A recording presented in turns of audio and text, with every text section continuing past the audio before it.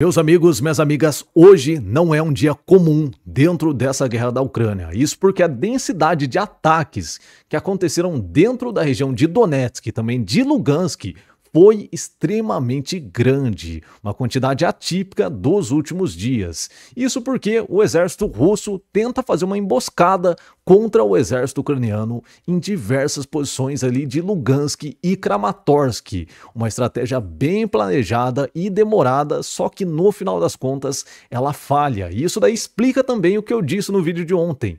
Diversos veículos russos blindados que foram destruídos nessa localização, nessa rota logística de Sloviansk e Kramatorsk também. Foram diversos pontos de convergência que tentaram fazer uma emboscada que eu já vou te mostrar. Uma outra coisa importante acontece no dia de hoje, a revelação de imagens de satélite novas, tanto do maior estoque do exército russo de tanques, quanto de um arquipélago de teste nuclear nesse local aqui, ó, em Novaya Zemlya. É um território onde ocorrem testes nucleares. E o que foi revelado principalmente nesse arquipélago aqui é que o exército russo aumentou ainda mais a segurança da região, colocando inclusive redes antidrones nessa região aqui, ó, de Stobvoy.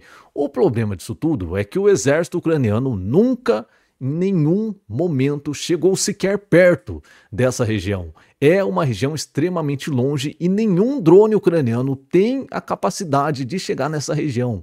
Isso daqui mostra que há um temor interno do exército russo de talvez uma nova operação, talvez a Spiderweb ou os mísseis de longo alcance buscarem outros tipos de instalações militares. Também tivemos 2 apoiadores no Pix do canal no dia de ontem e eu quero agradecer a vocês, vou falar o nome de vocês no final do vídeo e pedir para você que você possa ajudar pelo menos com um like, ou se você quiser, na descrição aí tem como você apoiar financeiramente para a gente aumentar ainda mais a qualidade desse canal. Perfeito?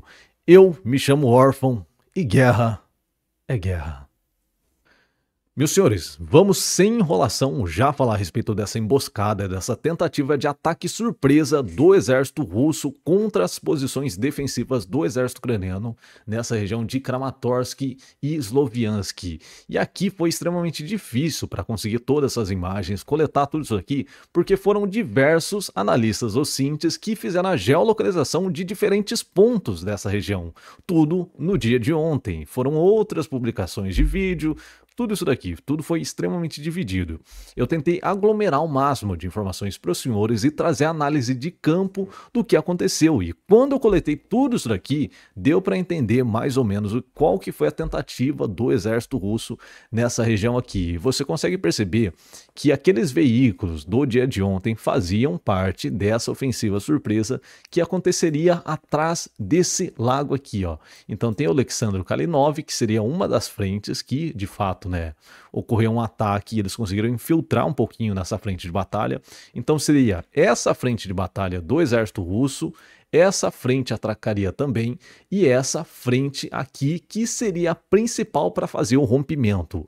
Porém, nenhuma dessas 3 frentes fizeram algum tipo de rompimento. E esse foi o sucesso do exército ucraniano, conseguir se defender em 3 pontas diferentes com ataques que foram grandes, tá? Os ataques foram extremamente grandes que aconteceram nessas 3 pontas diferentes. Aqui você consegue perceber uma atuação do exército ucraniano na retaguarda. Então o exército ucraniano conseguiu fazer diversos ataques com a artilharia também e conseguiram destruir esses veículos blindados que vinham de uma rota logística. Mas primeiro eu quero te mostrar isso daqui, ó, que foi também um dos pontos onde deveria haver a quebra, tá? Ou deveria haver a quebra nesse ponto e nesse ponto aqui. Esse daqui seria um ponto de distração para justamente forçar ainda mais a rotação do exército ucraniano, impedir a movimentação ali do terreno. Eu quero que você veja essa posição aqui que o exército russo conseguiu sim entrar. Isso daqui é preocupante, embora o exército ucraniano tenha conseguido limpar a região, essa infiltração ela é importante, tá? Perceba aqui que a gente tem diversas trincheiras que são as fortificações atuais do exército ucraniano nessa região. Então essa primeira fortificação de trincheira, eu acho que dá para os senhores ver aqui, né, pelo mapa. Essa primeira fortificação, ela foi dominada pelo exército russo em algum momento do dia de ontem, tá? O exército russo consegue avançar na segunda camada de linha de trincheiras e consegue chegar mais ou menos aqui. Nessa daqui, eles acabam quebrando, né? E começam, enfim.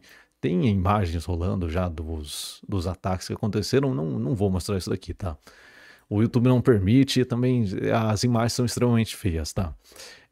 O exército russo eles conseguem chegar nessa linha de trincheiras e aí o exército ucraniano faz um contra-ataque com drones massivo e consegue quebrar alguns desses russos que estavam chegando, né, que conseguiram entrar dentro dessas trincheiras. No momento que eu estava gravando esse vídeo, ainda havia alguns russos ainda permanecendo nessas trincheiras aqui, porém eram pequenas quantidades e também já estavam sobrando no campo de batalha. E se não se entregarem, provavelmente vai ter um destino final muito mais trágico. Eu quero te mostrar o porquê que é tão importante essa região em específico. Perceba aqui, ó, vou mudar o ângulo do mapa. Eu quero que você perceba o relevo do terreno. Tanto é difícil para o exército russo atacar, quanto é mais fácil para o exército ucraniano defender essas posições. Então eu acho que dá para perceber mais ou menos aqui, no máximo possível, que é uma região montanhosa e ela é extremamente importante para o exército russo, caso dominasse essa região, conseguir fazer a retaguarda dessa posição aqui, ó. Então eles teriam toda essa região para fazer ataques de drones agora, depois consolidar e tudo mais. Seria uma posição alta para fazer o ataque naquela outra zona que deveria haver um rompimento, que era aquela outra zona ali, ó, do outro lado do lago, tá? Eu já vou te mostrar, já vamos abrir mais daqui a pouco essa imagem aqui, mas eu quero que você entenda isso.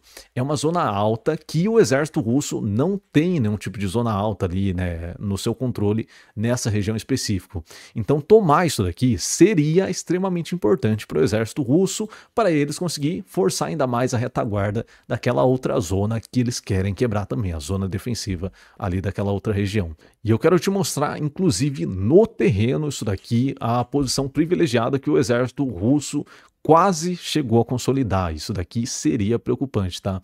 A gente vai dar um zoom aqui dentro do terreno mesmo, e aqui você consegue perceber a altura que o terreno tem naquela fortificação do exército ucraniano, tá? Eu acho que daqui não dá para ver, tá? Mas as trincheiras são logo atrás dessa montanha aqui e outras posições também que ficavam aqui. E essa daqui foi dominada pelo exército russo, mas foi a última dominação que eles conseguiram fazer, já estava fragilizado. Então eles teriam... O exército ucraniano tem essa visão aqui, caso algum avanço russo aconteça. Tanto a visão, né, dos drones, quanto a visão dos próprios soldados, e uma vantagem estratégica sobre o terreno. Só que o exército russo teria essa mesma vantagem. E essa daqui é a parte preocupante, e essa também é a parte importante do território ali. Perfeito? Vamos para o mapa em si. Aqui tem uma imagem ainda mais acima, vamos ver se eu consigo mostrar para os senhores, mais acima, perto das trincheiras aqui, que os senhores conseguem ver, que a trincheira fica logo após esse morro aqui, ó. Então, olha a visão extremamente privilegiada de terreno que o exército ucraniano tem naquela região e que seria dado o controle para o exército russo se não fosse a... Aqui era a outra imagem, tá? A outra imagem acontece aqui, ó, que eu acabei de te mostrar. Isso daqui seria dado controle por exército russo se o exército ucraniano não conseguisse se safar, tá? Se conseguisse se defender dessa emboscada, desse ataque surpresa que aconteceu no dia de ontem e hoje, tá? Então a trincheira, ela fica logo após esse morro aqui, ó, você consegue perceber. Ela fica logo atrás desse morrinho aqui, são buracos e tudo mais, aquilo lá, sistema de trincheiras do exército russo mais antigo, tá? Não atualizado, que tá nessa região aqui de Sloviansk, Kramatorsk.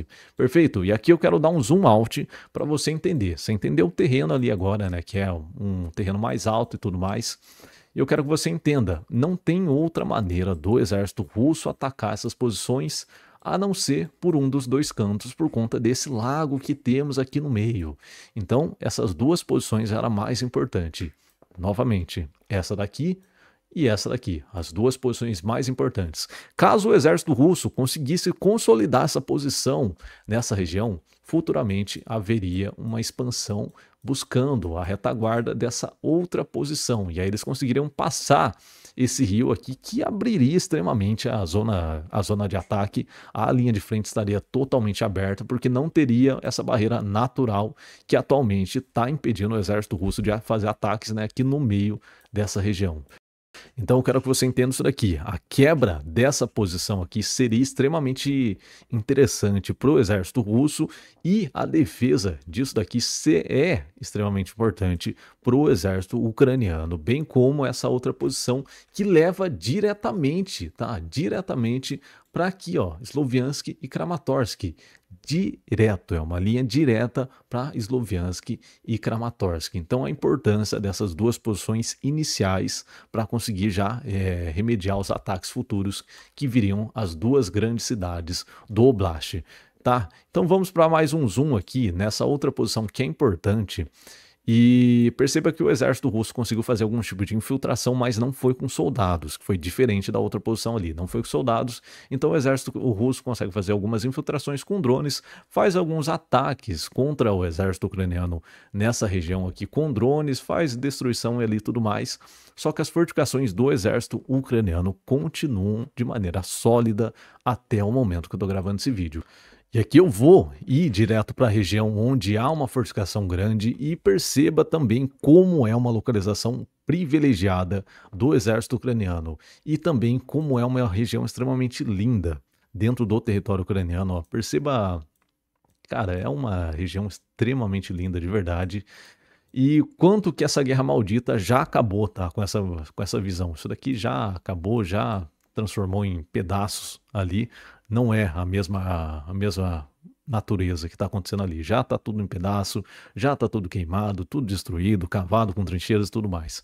Uma guerra maldita que acabou com a beleza que tem esse território. Mas falando a respeito da defesa em si, ela é uma posição extremamente privilegiada, é uma posição alta, novamente, não tem outras posições altas compatíveis para conseguir combater, né, frente a frente com essa localização. Então o exército russo tem que obrigatoriamente fazer a subida desse morro, que por foto parece até um pouquinho pequeno, mas pessoalmente ela é extremamente grande. Se a gente for falar de equipamentos que vão ser levados, de cargas que vão ser levadas, munições, tudo o que tem a ver, né, com soldados, o peso que o soldado tem que levar. Então é um morro bem íngreme para ser subido aí do exército russo, e eles estão tentando quebrar essa posição.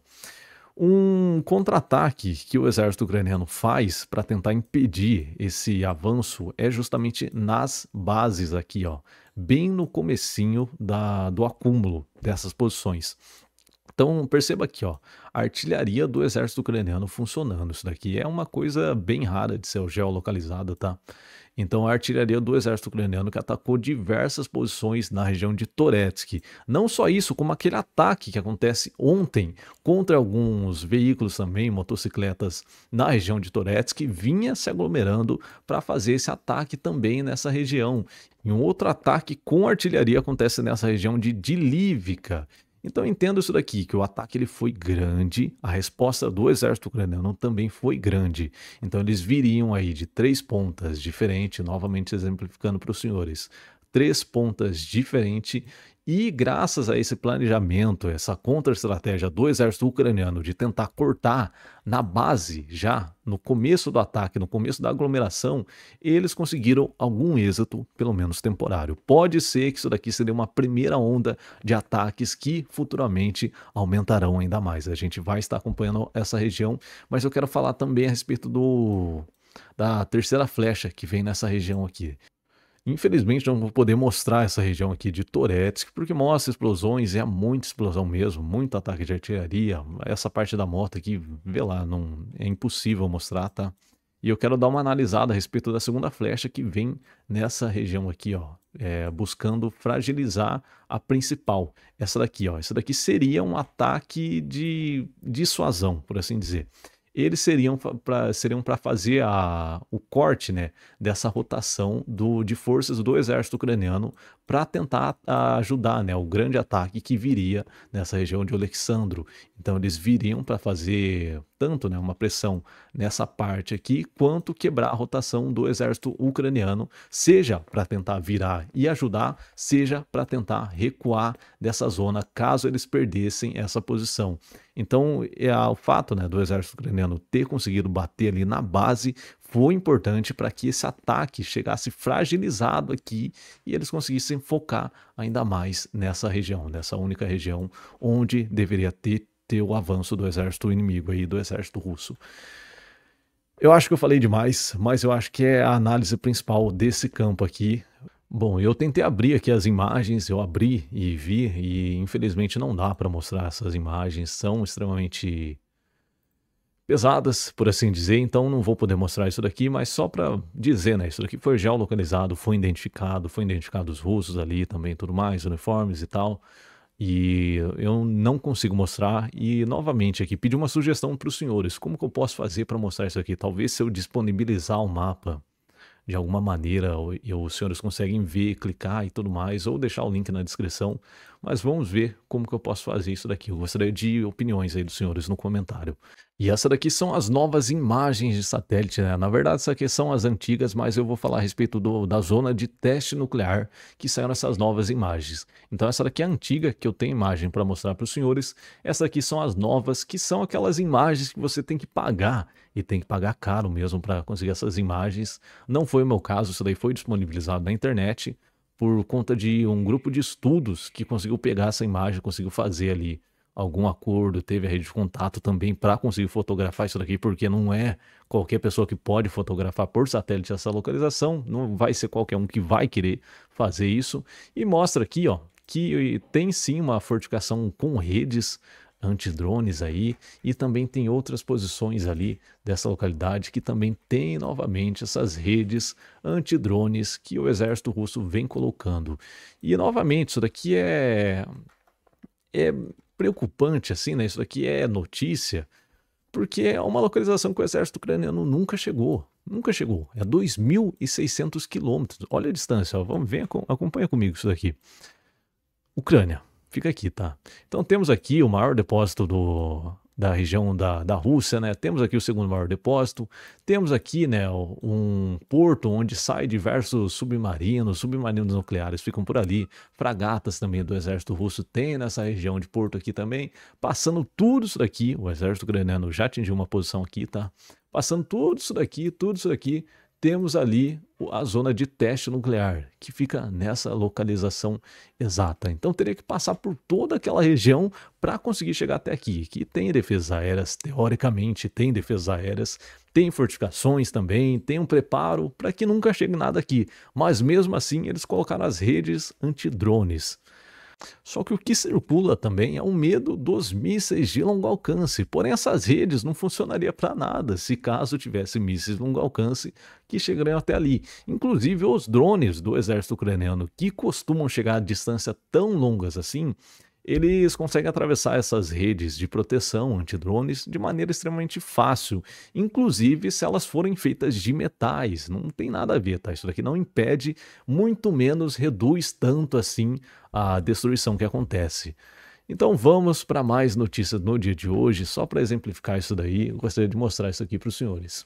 O depósito de petróleo lá em Feodósia, que eu falei ontem que era uma refinaria, corrigindo aqui, é um depósito de petróleo, ele está em chamas ainda, e a distância dessas chamas aí, que já se espalhou, está aí de mais ou menos 21 quilômetros. Os senhores conseguem perceber aqui também imagem de satélite revelada no dia de hoje, grande mesmo a questão da fumaça que vem acontecendo, a questão do alastramento do incêndio nesse estoque aqui, nesse depósito da região de Feodósia, que fica ali na região do sul da Crimeia. As exportações de gasolina da Bielorrússia para a Rússia quadruplicaram em setembro devido à escassez de combustível que não está acontecendo dentro da Rússia, tá? Causada aí por ataques do exército ucraniano em refinarias russas. No mês passado, 49 mil toneladas de gasolina, 33 mil toneladas de diesel foram entregues à Rússia. Restrições de vendas e congelamentos de preços já foram implementados em diversas regiões russas. Diversas regiões mesmo, são várias regiões com restrição de compra, tá? Autoridades ucranianas dizem que cerca de 25 mil cubanos poderão em breve lutar pela Rússia, ultrapassando os norte-coreanos como o maior contingente de tropas estrangeiras no campo de batalha. É uma especulação que começa a nascer e pode ser apenas uma guerra de informação que está acontecendo ali, mas o exército ucraniano, né, as autoridades ucranianas colocam essa informação aqui que eu queria mostrar para os senhores. Talvez de a Cuba entrar no meio dessa guerra. O que seria triste, tá? Para o povo cubano que sofre já bastante já com a pobreza ali naquele país. Só hoje, a Rússia atacou o setor energético da Ucrânia mais de 26 vezes, diz o ministro da Energia.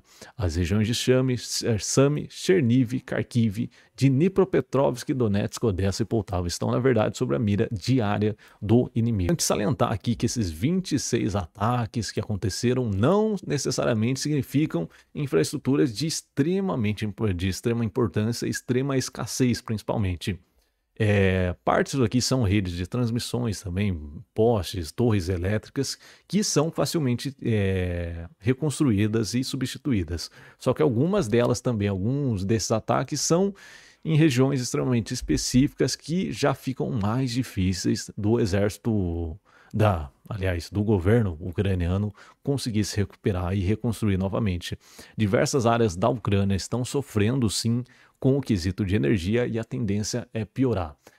Por parte do exército ucraniano, eles conseguiram fazer um ataque contra uma usina de turbinas Ural, que fica aí, né, a alguns quilômetros da linha de frente e consumiu alguns metros quadrados do telhado da instalação onde são fabricados equipamentos para usinas nucleares, usinas termoelétricas e turbinas para navios nucleares. Uma coisa que eu queria dizer também a respeito desse ataque é que aparentemente até o presente momento a densidade, né, a quantidade dos danos que aconteceram nessas usinas aqui nessa fábrica foi pequeno, não foi tão significativo assim, mas eu gostaria de dizer isso aqui para os senhores, passar essa informação. A partir do dia 6, falando em Bielorrússia, qualquer aumento de preço está proibido na Bielorrússia. Não amanhã, mas hoje, já dia 6. Para que os preços não subam da noite para o dia. Portanto, a partir de hoje, os aumentos de preços estão proibidos e Deus nos livre de retroceder qualquer coisa no registro contábeis. Meus senhores, minhas senhoras, o que vocês me dizem a respeito de congelamento de preços, seja de qualquer coisa, Eu não tenho mais informação do que exatamente foi congelado, pode ser algum tipo de produto específico, mas congelar preços não é a estratégia mais inteligente, ainda mais de um país ali que está de alguma maneira envolvido na guerra e está sofrendo sanções também. Então congelar preço não é a coisa mais inteligente do mundo. Aqui saíram também outras imagens de satélite do maior armazenamento de tanques, de sucatas do exército russo. Essa daqui é a imagem antiga, essa daqui é a imagem nova. Isso daqui mostra que o exército russo está reparando alguns dos tanques e blindados que ficavam naquela região. E isso daqui, essa região, ela estava intocada desde o início da guerra. Os russos nunca tocaram para tentar fazer manutenção ou sucateamento dessas carcaças de blindados e equipamentos ali e tudo mais. E agora há movimentações. Não só isso, como em diversos outros pontos aí que saiu ao longo do dia. Infelizmente não consegui trazer tudo, mas foram mais ou menos 2 ou 3 outros estoques. Alguns desses estoques de sucatas foram zerados, totalmente zerados. E há também uma imagem que confirma uma adaptação do exército russo das carcaças do T-80. Isso daqui são carcaças do T-80. Eles tiram a torre e estão transformando esses T-80 em um TOS-1. Esse daqui é o T-80, tá? Então eles tiram a torre do T-80, que é um equipamento que foi fabricado lá em 1976, tá? Então é um sistema de múltiplos ataques que tá em escassez. Alguns equipamentos foram destruídos por parte da Ucrânia e eles estão reaproveitando agora as carcaças de 1976 para fazer novos sistemas. tirando a torre, colocando essa torre aí, que consegue, né, disparar diversas vezes. Aqui para mostrar outra adaptação bem rápida, porque eu acho que o vídeo está ficando bem longo, outra adaptação do exército russo que vem acontecendo aqui. Então eles colocam aí uma torre dentro de um caminhão, uma picape, né, comum. Aparentemente o sistema ali, né, de funcionamento dessa torre aqui está funcionando normalmente, inclusive. E no dia de hoje tivemos 1.010 baixas do exército russo, 2 tanques, 5 transportes de infantaria, 26 sistemas de artilharia, um sistema antiaéreo que foi contabilizado, e os apoiadores do dia de hoje, que foi o Marco AM Brikowski, foi o maior apoiador provavelmente desse canal até o dia de hoje. Ele doou R$100 aí pra gente, então muito obrigado, Marcão. O Pedro Ângelo, Jorgeta Sassá, João Bosco e o Fernando Nogueira também apoiaram a gente. Muito obrigado a todos vocês. Se você quiser apoiar, ajudar esse canal, deixar esse senhor aqui do outro lado feliz, é só apoiar aí, tá? Muito obrigado a todos e guerra